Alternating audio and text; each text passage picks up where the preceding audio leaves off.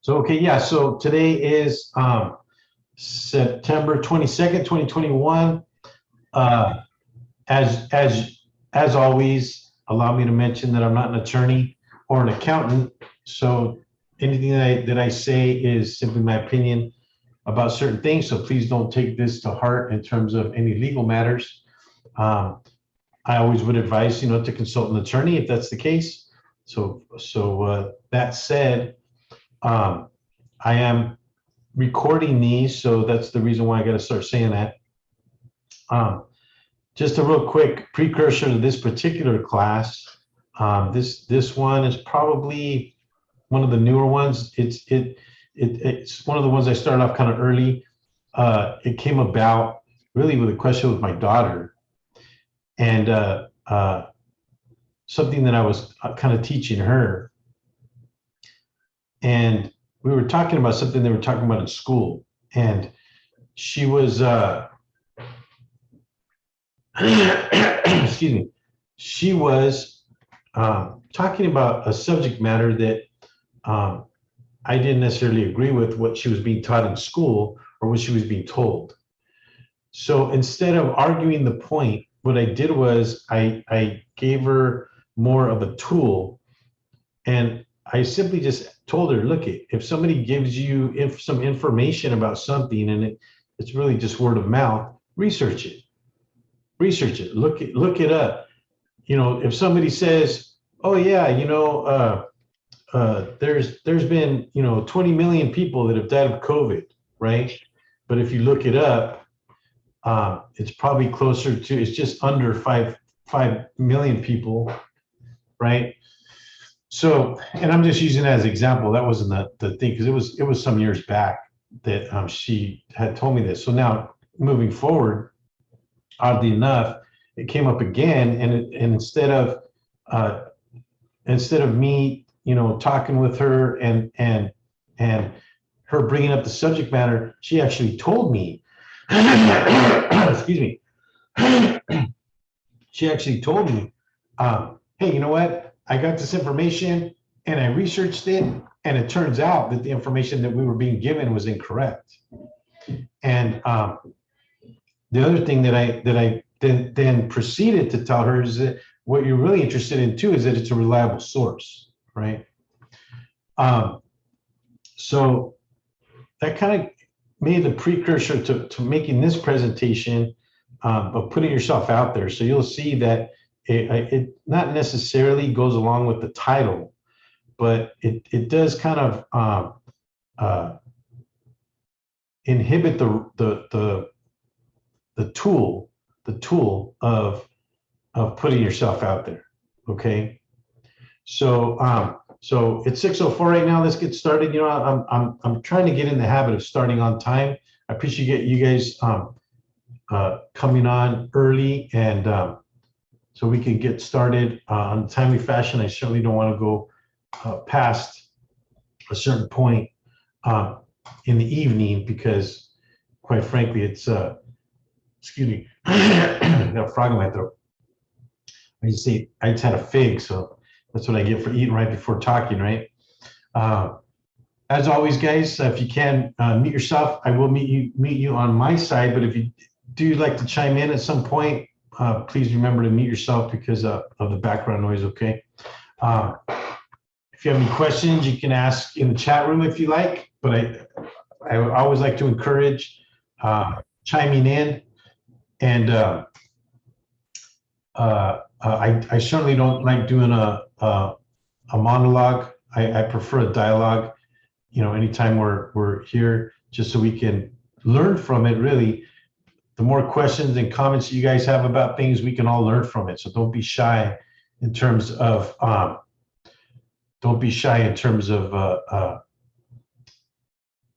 your comments or questions. Okay. Thank you guys for logging in early so we can get an on-time start. Again, I don't like to go past 7:30, even though it has happened. I think one time we went as late as 8:10, if I remember correctly. It was a good class, and we definitely had a lot of questions and comments. And so if we start any later, obviously it would go later. So, you know, I try to get done by 7:30, just so you guys know. And as always, meetings are open to anyone, licensed or not, any age, really. I try to be kid friendly as well. Anybody who might be interested in doing real estate.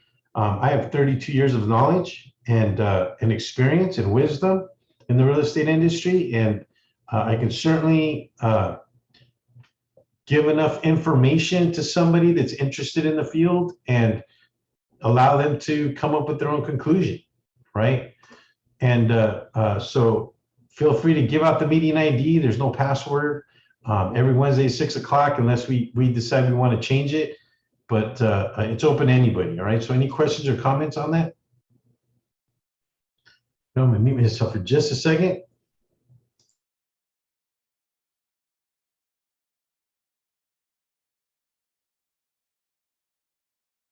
Okay, sorry about that. It cleared my throat. All right, so that said, I gave you guys a precursor to this particular training. So there's a little bit of reading here, so read along with me, okay, guys? When you're in the right company, express yourself. Tap into an energy-driven diet. Get in the habit of generating ideas, quieting the outside noise.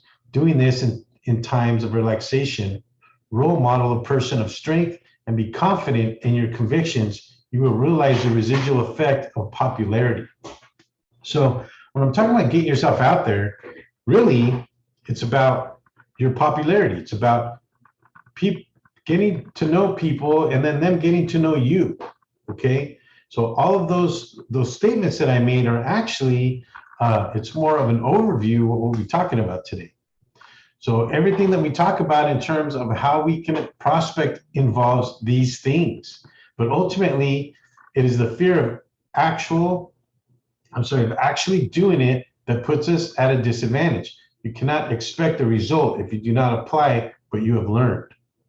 Our inner voice still tells us that there's a better way, and that may or may not be true. But for now, it's all we have. So on the journey of finding a better way, the result we seek is not going to just fall in your lap. You have to go out and get it through trial and error.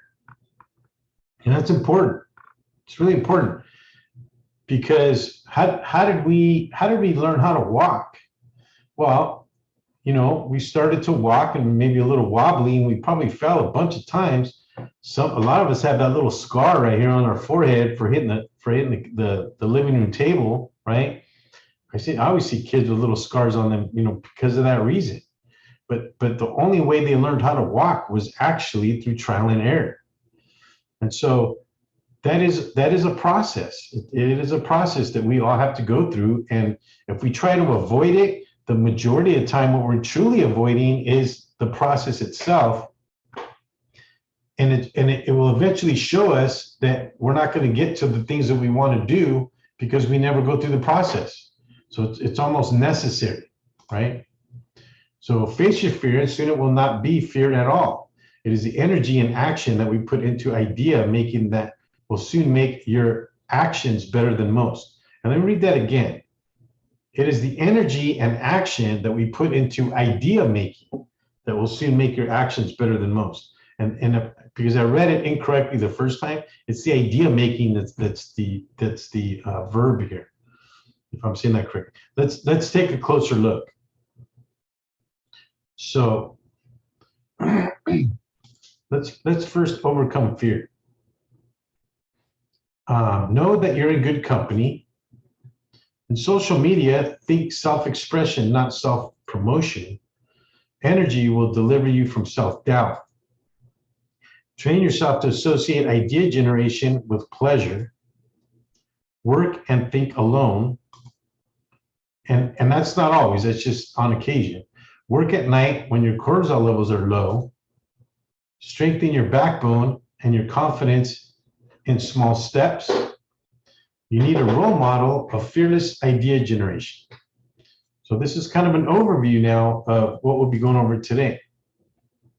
So number one, know what you're in good company, or know that you're in good company, right? People have always had to put themselves out there. We tend to think that in the good old days, folks didn't have to self-promote the way we do today. True. But if they wanted to share or lead or create, they actually had to try harder because they didn't have the communication and technology we do today. Going public with their thoughts today or back then is still and always will be scary, easier or not. Darwin waited 34 years to publish his idea that humans evolved from smaller primates. Scholars call this Darwin's delay, and many believe it was due to his fear that others would judge his theories for the times. Simply an example of somebody that we know in history to be not a celebrity, but a well-known individual. They came up with the theory, and it is still a theory, but it is more popularly accepted or more widely accepted, right, by most. But the idea is, right, is to know that you're in good company, that the majority of people won't judge you the way that you might think. As a matter of fact, I think that most of us applaud those who come up with the kind of, they put themselves out there. And a lot of times, you know, some people might call them goofs. I think it's more of a smaller percentage, where most of us actually are looking at those folks and we're saying, wow, you know what, I wish I could be a little more outgoing like that guy, right? So the idea is that the majority of folks that you are coming in contact with, you're in good company. You know, they're not going to judge you harshly. So the idea is, you know, to overcome that fear. Any questions or comments on that? So in social media, think self-expression, not self-promotion. And this is more of an opinion, and it's my opinion mainly because I did a lot of social media advertising for some years. So blogging and tweeting, etc., is practiced properly. If practiced properly, can feel more like a creative project than an exercise in self-disclosure, even though, of course, they are both. They also don't require an in-person social multiple tasking that many people find so exhausting. So obviously, if you're in a group of people, like say in a party, you pretty much have to say the same thing to everyone that you come in contact with if they're a first time meet, right? But in social media, you do it one time and a bunch of people are seeing it. So obviously, it's a little bit more exhausting in person. In short, one simply just needs to talk, self-expression. As individuals, we all have our own voice. And I don't mean the tone, but rather the character, language, and volume that makes us unique.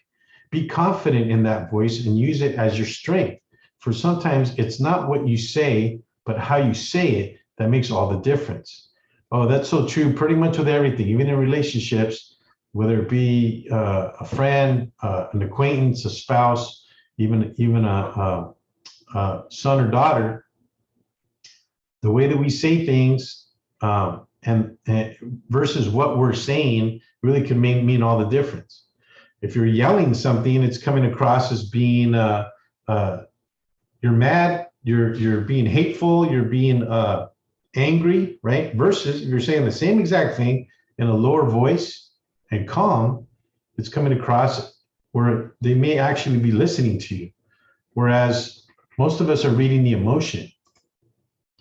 Whereas advertising, what you do, like commercial self-promotion, may seem to be the recipient of mechanical and not genuine. Most of us are turned off by a recording of such a promotion. And a lot of us have heard these just in commercials. I mean, it could be a text message, it can even be an email that we're getting, right? That just seems so blasé that we just are not even interested. It doesn't catch our attention.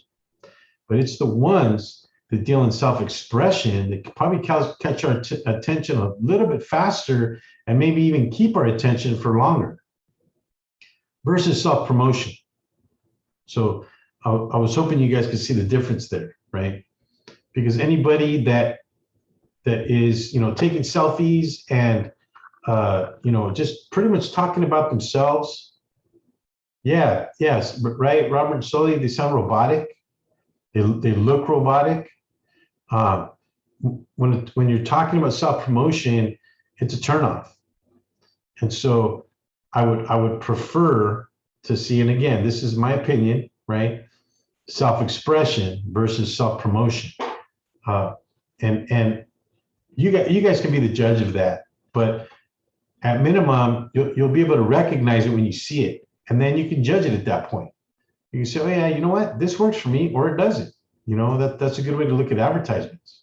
Any questions or comments on that? All right, so what does it mean?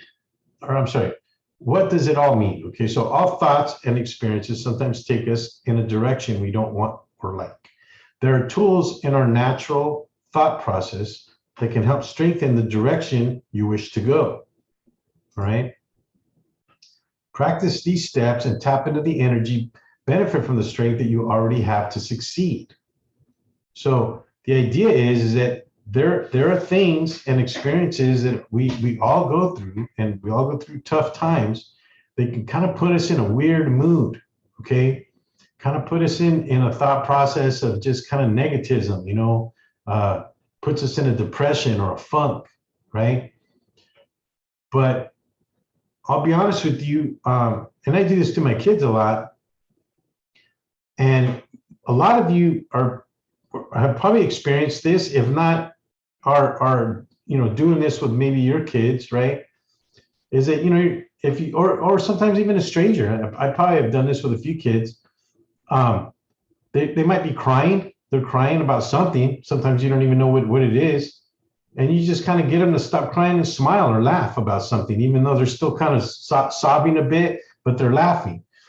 It's that quick that you can really change your attitude towards something. It's simply changing your emotion. So the arrow pointing to the right, there are tools in our nature, in our natural thought process that can help strengthen the direction you wish to go. So you just have to tap into those tools. What was it that caused that little kid to stop crying and start laughing literally within a few seconds, right? If you can pinpoint that, you can change the direction of your day, of your week, of your month, right? If you simply just tap into it on a daily basis. So if you practice those things, it will literally take the negativism out of your life. So any questions or comments on that?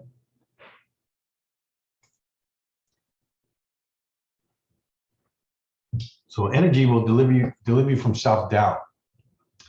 Breakfast kickstarts your metabolism, helping you burn calories throughout the day.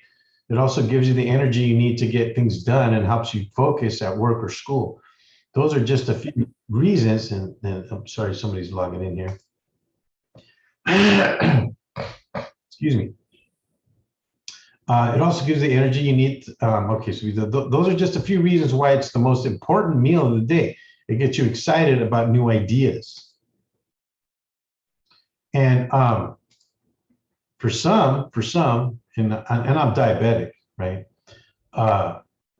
And I have to punch insulin in the morning, so I have to eat breakfast, and then I have to have a snack, and then I have to eat lunch, and then I have to have a snack, and then I have to punch insulin again, and then I have to eat. So for me, it's like a norm. Sugar to me is something that I have to monitor pretty much on a daily, and I have to do it 4 or 5 times a day. So this section here, the most important word really is the energy, your energy level. If you start to realize, and a lot of us don't even realize it really. I realize it more because I have to monitor it, but a lot of us, because we don't have to monitor it. And I remember those days, I would start really feeling like, oh, tired and sleepy, and you know, I'm kind of like, oh man, I need a nap, right? And that's because your blood sugar levels are getting low. It's your body's natural reaction to not having energy, right? So this is what this particular section is about. So when you wake up in the morning, what are we eating? We're eating cereal. We're having coffee. You know, we're having the things that are kickstarting us, right? Some of us are having other things, maybe that are a little more healthy, like maybe we're having oatmeal or stuff like that. But what are we putting in it? I mean, for me, oatmeal, you know, sometimes I'm putting a little sugar, I even put strawberry jam in my oatmeal sometimes, right? It gives it that sweetness. I don't drink milk. I usually use almond milk, but it's the sweetened almond milk. And there's something just about the taste and the flavor really that picks up my blood sugar to give me enough energy. So we have high energy in the morning, right? And then during lunch, again, we're kind of like, oh, we're kind of dragging down a bit. So we're having some lunch. And if we eat a heavy lunch, it actually kind of absorbs some of that energy. Some of the energy that we think we're going to be getting from that lunch really becomes more of, oh man, I need a couch, right? And then dinner, fuel for the body to reach the next day, right? Because actually we sleep through that. So it propels your thinking and helps you make connections between seemingly unrelated things. Hence the saying that a mathematician is a device for turning coffee into theorems. And so that was a funny little thing that I saw that I thought was kind of related to this, because mathematicians, they are working on theorems. And so it's suggesting that what caused the mathematician to get the theorem is the coffee, right? Not the thought process or the understanding of how to do theorems. Excuse me, a lot of froggies today. So famous hollow, it amplifies what is there. If there is any self-doubt or hatred or lack of ability to connect with people, fame will magnify it. So not only we're trying to get ourselves out there, we're trying to build our energy in order to have, well, we have to have the energy to get ourselves out there, right? But if you have any of that negativism going on, that actually your energy level could have something to do with, okay, it will magnify that as well. So if you see somebody that's energetic, right, but that it's a happy energy, right, it magnifies that. But if you see somebody that's energetic and it's kind of a anger or negative or even a hateful energy, it's going to magnify that too. So we have to be conscious of that. So I just want to use that as a little side comment, mainly because back, when I first wrote this, there was, a lot of that going on. So it's not something that I'm into, obviously, in terms of the negativism. No, I'm more about the positive side of things, right? Any questions or comments on that? All right, so let's keep moving. Train yourself to associate idea generation with pleasure. And so this is what I originally had started this whole presentation on. It was a conversation between my daughter and I. And so this is probably the most important piece of this presentation, in my opinion anyway. I usually work in my office and indulge in a beverage and snacks at my desk. I would probably be 5 pounds lighter without this habit, but I don't care. By now, I associate writing and idea generating with pleasure, and I love it even when I don't have a snack handy.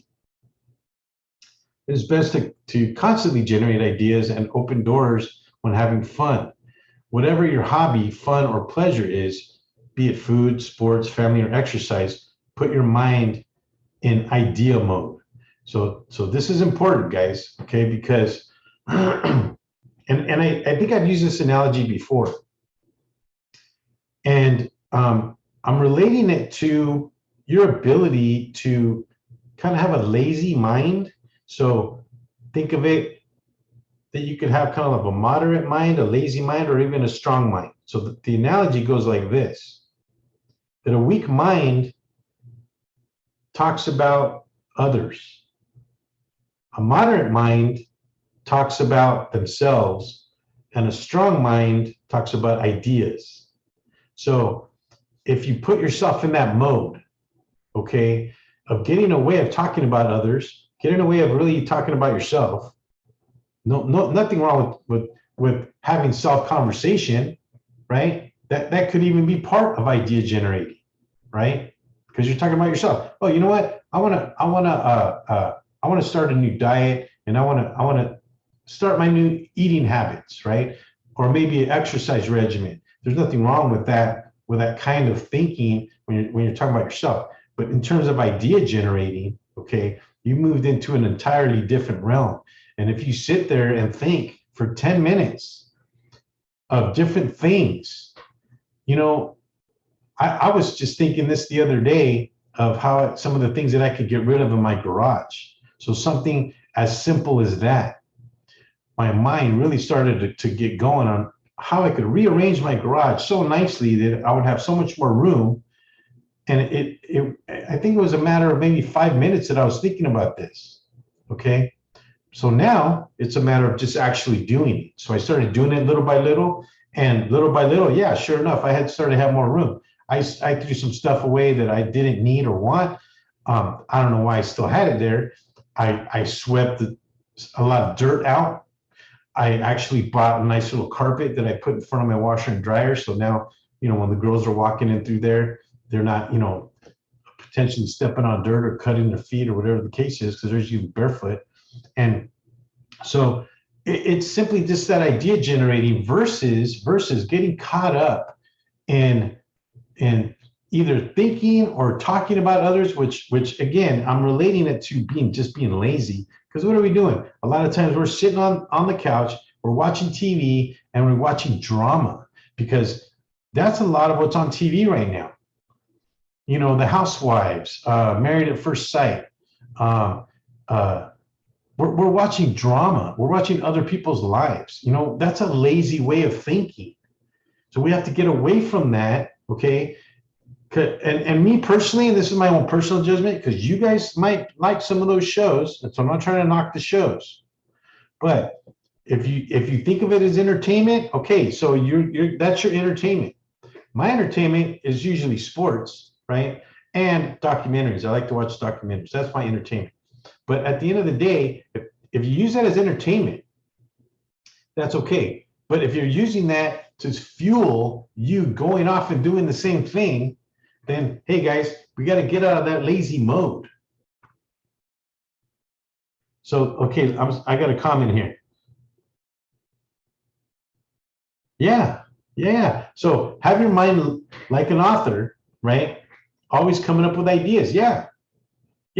And so the thing is that a lot of your ideas are not going to be very good ones, so you may not actually execute them, but occasionally you're going to come up with a really good idea, and then the idea at that point is to execute it, to take action and actually go through with it. And what are we talking about? When I'm talking about getting yourself out there, right? You can think of things to popularize yourself, and that's kind of how we started the presentation. Think of things that will popularize yourself, to get yourself out there so people know what you're doing, how you're doing it, and what you're involved in. You're idea generating. You're not being lazy. You're not talking about other people. You're not necessarily self-promoting, right? You're self-expressing, like we talked about on the previous slide. But really what you're doing is you're making your own celebrity by thinking of these things and executing them. Because getting yourself out there really is just creating celebrity, right? And we want to do it positively. Any other questions or comments on that? Sorry. Oh my goodness. This is going to be a poor recording because, man, I have a frog in my throat. So work alone, alone together. So for example, sitting by yourself in a coffee shop or library, there's a lot of nonsense floating around these days about how creativity is a fundamental social act. Ignore this. Yes, creativity is social in the sense that we all stand on the shoulders of those who came before us. Meaning that the majority of things that we see around us and the majority of things that we come up with were thought of before. So most of our ideas haven't been thought before. I'm being facetious, right? In the next line, right? No, the majority of things that we're thinking of have been thought of before, but it's okay. It's okay. That doesn't mean that any ideas that we come up with, that somebody has a patent on those ideas. No, I think that there's going to be things that work for people, and there's no reason why we can't tap into that success. There's no reason why we can't. We must share and advance ideas. That's the whole point. And yes, collaboration is a powerful and beautiful thing, right? So earlier I mentioned that, try to think alone, work on your ideas by yourself. But it's now when you're executing those ideas, like Lennon and McCartney, right, from the Beatles, when you're executing those ideas, you're actually doing them with others now. And so now you may be sharing those ideas and or collaborating with others to do so. So it doesn't necessarily mean that you're just going to do it by yourself. What it means is that you're kind of meditating on your ideas, right? But for many people, the creative thinking process is a solo act. One of my favorite sayings: in order to find the answers that you seek, one must quiet the mind and soul, right? I think that a lot of the things that are going on around us really do become a distraction. So some have found that through meditation, right? Or prayer, could be that too, right? Or it could just be some quiet time. Sometimes answers will come. Sometimes ideas are not just something that you're going to think about and kind of force yourself to come up with. No, you may ask yourself a question about a problem that you have. And then if you can quiet your mind and soul for just enough to get the chatter out, the answer might just come to you. And it was probably already there. You just didn't see it because of all the chatter, right? So that's just in my never to be humble opinion. Any questions or comments on that? So I don't think I put a funny in this one. I think that I had made these before I started using funnies, but this was the tip of the week, right? Don't join a gym if it doesn't require effort to get to the front door. So here you have individuals going up the escalator, the automatic escalator to go up to the gym. That's kind of funny. So any questions or comments so far? This is kind of some of these things are idealistic, right? So I share with you guys my opinions on these things because I feel strongly about some of this stuff. It actually helped me through many years of trying to popularize myself. It helped me of many years of doing listings and working with buyers. And so I thought, it would be good to share. So feel free to chime in anytime, okay? Work at night when your cortisol levels are low. So this is something I read and I thought was kind of important to put in this presentation. So when I was a child, I noticed a strange pattern. I was horribly homesick first thing in the morning, often waking up with stomach ache. And believe it or not, I just turned 54. I still at times get this, it's not a pain, it's more like anxiousness in the morning, right? It's not a stomach ache, it's more like anxiousness, like almost like I don't even have an appetite sometimes. But as the day wore on, the homesickness faded. By nighttime, I was carefree and having a grand time. Some of you have experienced the same thing. Now, maybe it wasn't anxiousness, maybe it was something else that bothered you, but it could have had the same effect. Each night I was sure I'd wake up the next morning feeling just as strong as I felt in the evening, but the homesickness always came back. Back then, I couldn't explain this pattern, but I can now. It's cortisol. Cortisol is a stress hormone, and it peaks in the morning and steadily dissipates throughout the day. For some of us, these peaks and falls are especially pronounced. And I think I meant to say peaks and valleys there. It's cyclical, it's up and down, right? So that could be true for some of us on different parts of the day.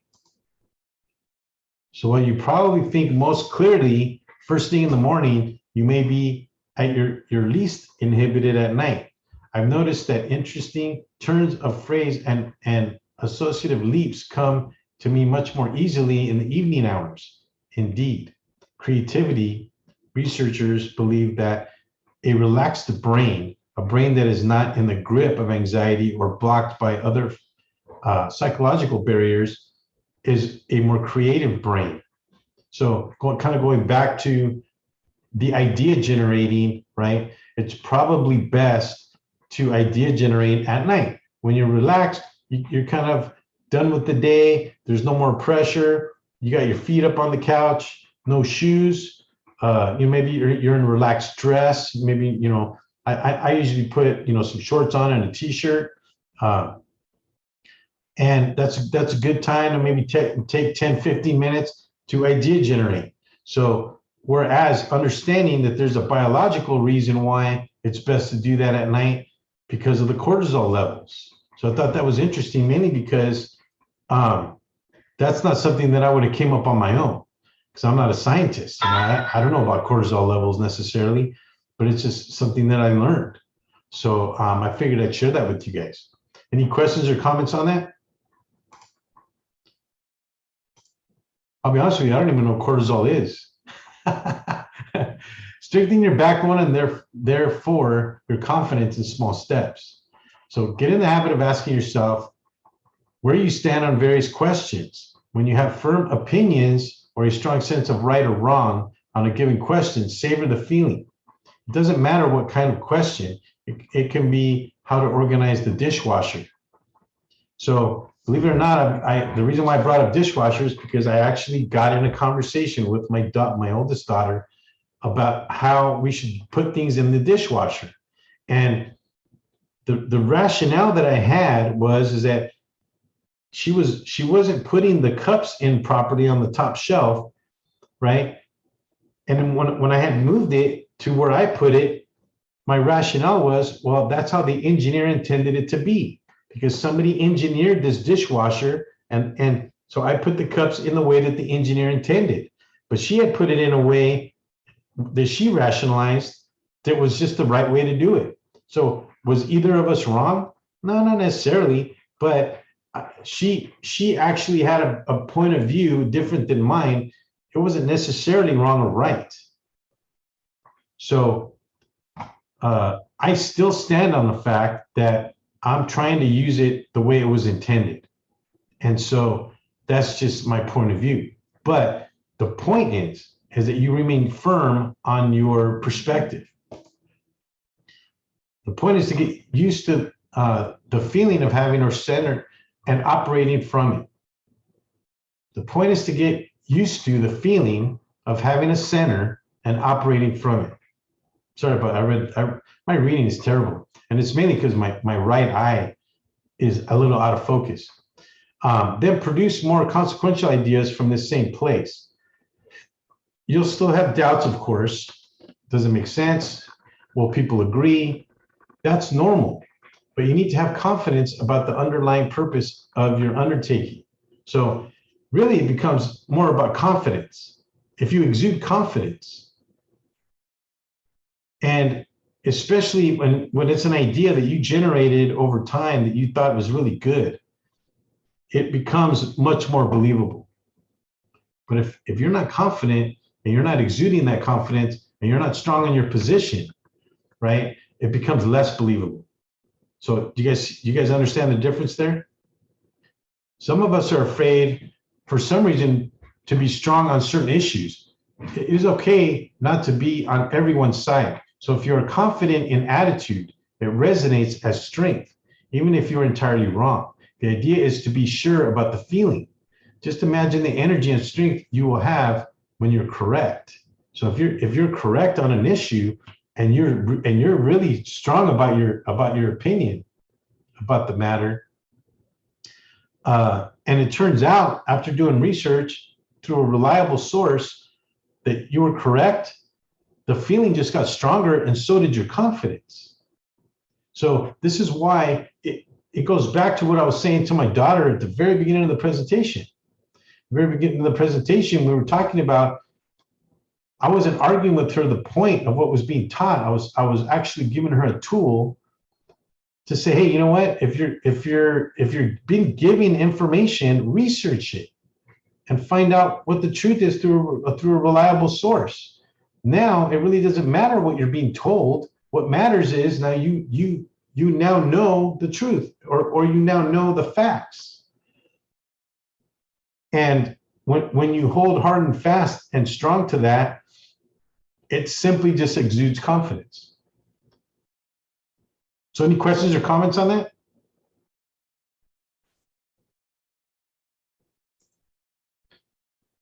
So you need a role model, a fearless idea generator. So you really need to look no further than Arianna Huffington and her 3rd metric mission. She's not worried about resistance, criticism, or taking on a mission that could theoretically fail. Her message: today, I challenge you to live the mission of the 3rd metric by redefining your success beyond money and power by embracing its mantras of well-being, wonder, wisdom, and giving. Or maybe she is worried, but she does it nonetheless. And that really sums it up. Be afraid, but do it anyway. What are your tips for putting your ideas out there fearlessly? I would love to hear from you. So here's a quick little thing that Carrie Fisher said. Stay afraid, but do it anyway. What's important is the action. You don't have to wait to be confident. Just do it, and eventually the confidence will follow. And I've heard that different ways from different people. I actually practice that.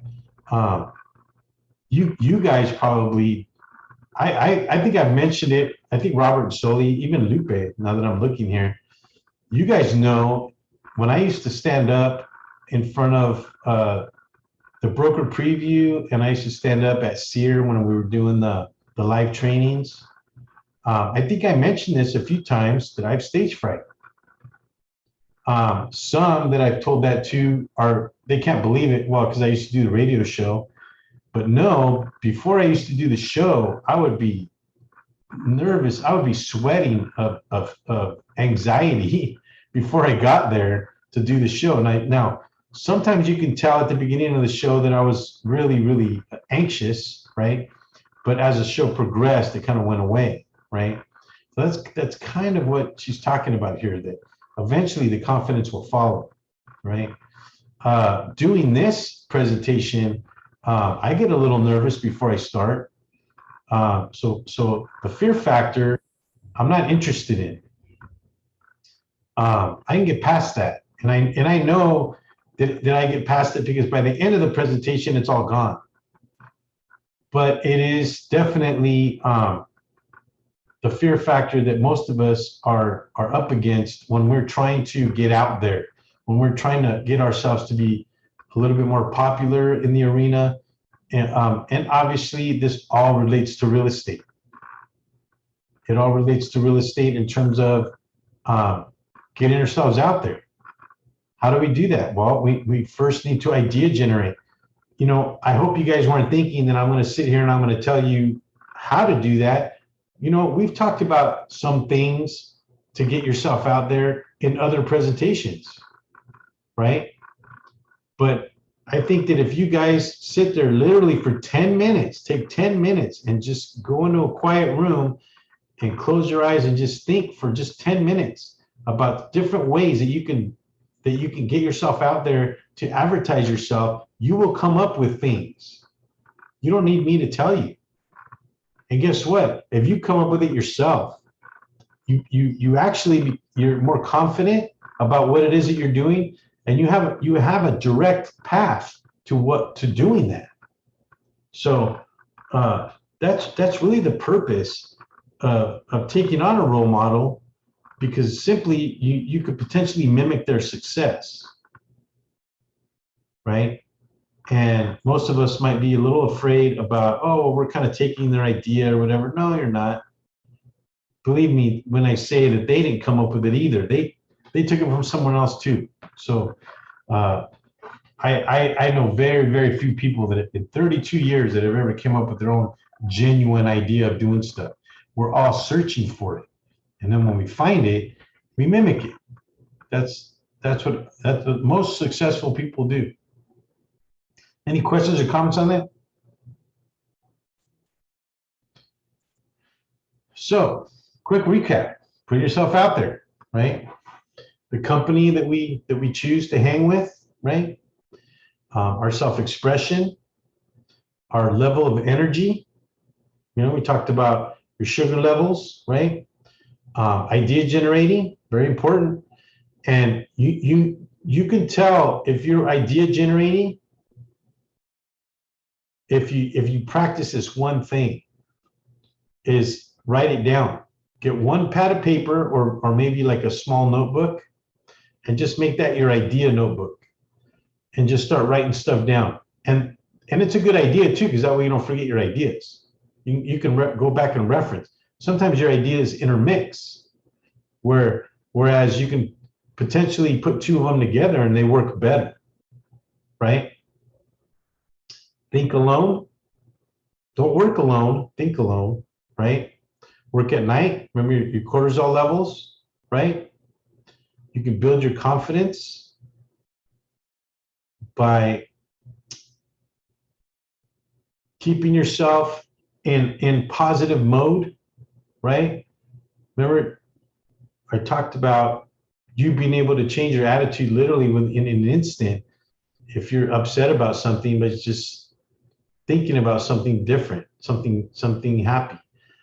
There was a study that was done on people that were depressed, and the scientists had the depressed people go in and smile at themselves in the mirror, and the results came back that the majority of people had started to step out of their depression in the group that was smiling in the mirror versus the group that wasn't. And it was just a short amount of time. It's sometimes difficult to smile, but it becomes natural at some point. So just exude your confidence, even if it's not real. I mean, most of us still can do that. Here's a good example, actually. Robin Williams. Anytime I ever saw that guy, he was just a ball of fire. But that guy suffered from depression. Jim Carrey is another one, right? Those are individuals that you would think exude confidence, but in the background, they're really in a pit of depression. And then finally, role models. So if you think that successful people came up with their ideas by themselves, no, that's simply just not true. Anybody that we look around, there's very, very few people that came up with an idea that was successful that they didn't learn from somewhere else. So simply a recap, and I thought this was a nice little overview, mainly because of some of the things we talked about. You can almost kind of forget the last slide as you move into the next slide, but when you look at this, there was actually a lot to talk about, right? So one of the oldest jokes I know is, what is the hardest thing about learning how to ride a bicycle? And the answer was the pavement. Well, this joke is old and not entirely funny. It is very significant to the point I'm trying to express. You're going to fall down in this success journey. It is entirely up to you to bounce back up and keep on going, or choose to get run over by your fellow colleagues and competitors that choose to not wallow in their self-pity. Do whatever it takes, but move on. And that is the example of simply just riding a bike. If you're going to fall down and you hit the pavement, the idea is to pick up your bike, get back on it, and keep going. And you may fall again and hit the pavement again, and it happens. I can tell you, after 32 years, it's going to happen many times. But it didn't stop me from keeping going on and keep moving on. So that wasn't necessarily funny, but I put it in there as a funny. I guess hit the pavement could be funny if you're watching somebody do it, right? So, any questions or comments? I'm sorry. I think I asked on the last couple slides. All right. So none of us are born with the ability to do what we are thinking now. We weren't born thinking we were going to do real estate, and now that's what we're doing. I would say that it took a series of events, trials, and errors to get to this decision. I would even venture to say that this may not even be your end game. We can look at those who succeed and think they were born with a natural talent. I'm here to tell you that we all have it. I'm not talking about the ability to hit home runs out of the park. I'm talking about the ability to express yourself. The ability to get yourself out there is not a talent inherent to some. We all have it, and it is simply a choice to use it. And I'll go back to myself. Some of you, Lupe, Soli, Robert, you guys used to see me doing the broker preview, and that's something that's difficult for somebody that has stage fright. And just to explain what stage fright is, I would be nervous going up and starting and talking in front of people. Nobody believes me that I have stage fright, but I have stage fright. But I get past it. And at a certain point, it goes away. It does. It goes away. And I would venture to say that, I can't speak for all of you guys because some of you might be able to perfectly fine getting in front of people and talking. But isn't that what you have to do if you want to get yourself out there? You have to get out there and talk to people. I mean, that's just the bottom line. These exercises and practice illustrate here are ways of focusing on strengthening this ability, and with the right effort, ganas, will, and faith, you could be the best. Not necessarily better than others, but your personal best, as it is what should really be striving for. For one can lose faith in oneself if measuring and comparing to others that which is unattainable. Because, you might set a goal for yourself and say, oh man, that guy's just closing 50 deals a year, right? And for you, that may be unattainable, as your personal best might be only 30. Doesn't mean there's something wrong with you. It just means that that's your limit. Now, I'm making an assumption that that's your limit. We shouldn't put those block walls in front of us, right? But understand that if you're trying your hardest and that's where you're at, then that's where you're at. You're not comparing yourself to the other guy that you can't get to the 50, right? That could be demoralizing. But be proud of the fact that you tried your hardest and you were able to do 30 transactions. That's nothing to sneeze at, especially when there are others just barely closing 2 or even 1, or what about none? I know agents that are closing none. But I also know agents that are doing, they've probably got 5 or 6 up on the board right now, and they're fat and happy, and they're busy. But the most important part is your personal best, not comparing yourself to others, because if you're trying your hardest, then consider yourself successful. Because the problem with the folks that aren't doing hardly anything is they're not even trying at all. That's nothing to be proud of. So again, guys, this presentation was a bit idealistic, and again, it's in my never to be humble opinion, but I do feel strongly about some of this stuff. I believe in some of this stuff, and I just wanted to share with you guys. So I'm glad you guys made it today, and I hope this helps in some way. At some point, puts money in your bank account, and brightens your day, because really those are my intentions. So anyway, there's my information. You guys can always call me. Lupe, we talked about that today. Just because you're using another transaction coordinator doesn't mean you can't call me, because I'm more than a transaction coordinator, guys.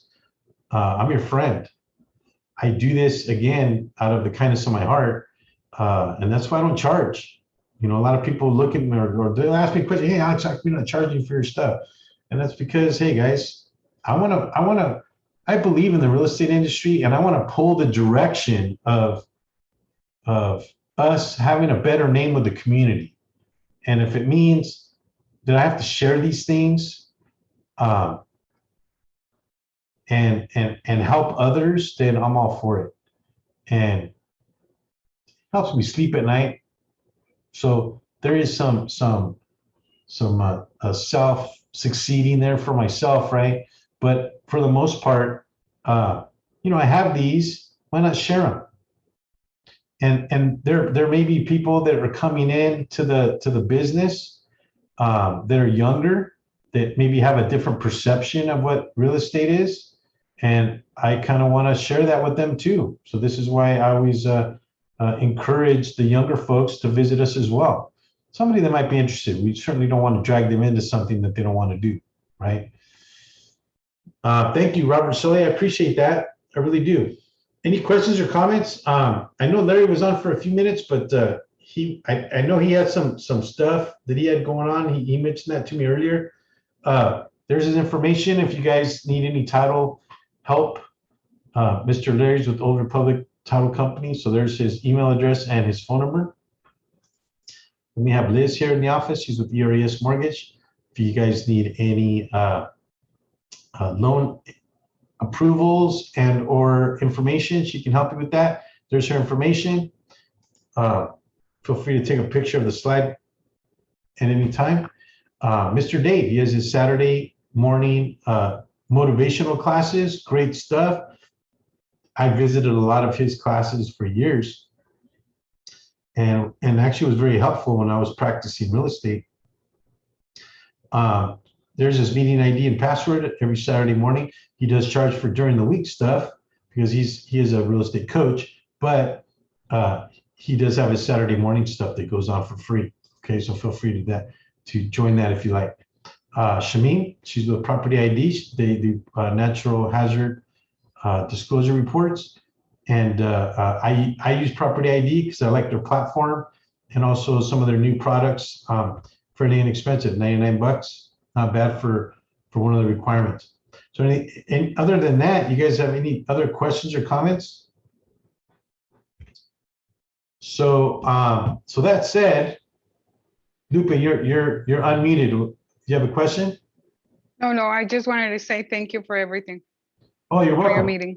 Yeah, you're welcome. This is one that we hadn't done this year, so I had to get it out of the way, but I do think that there is some good subject matter here.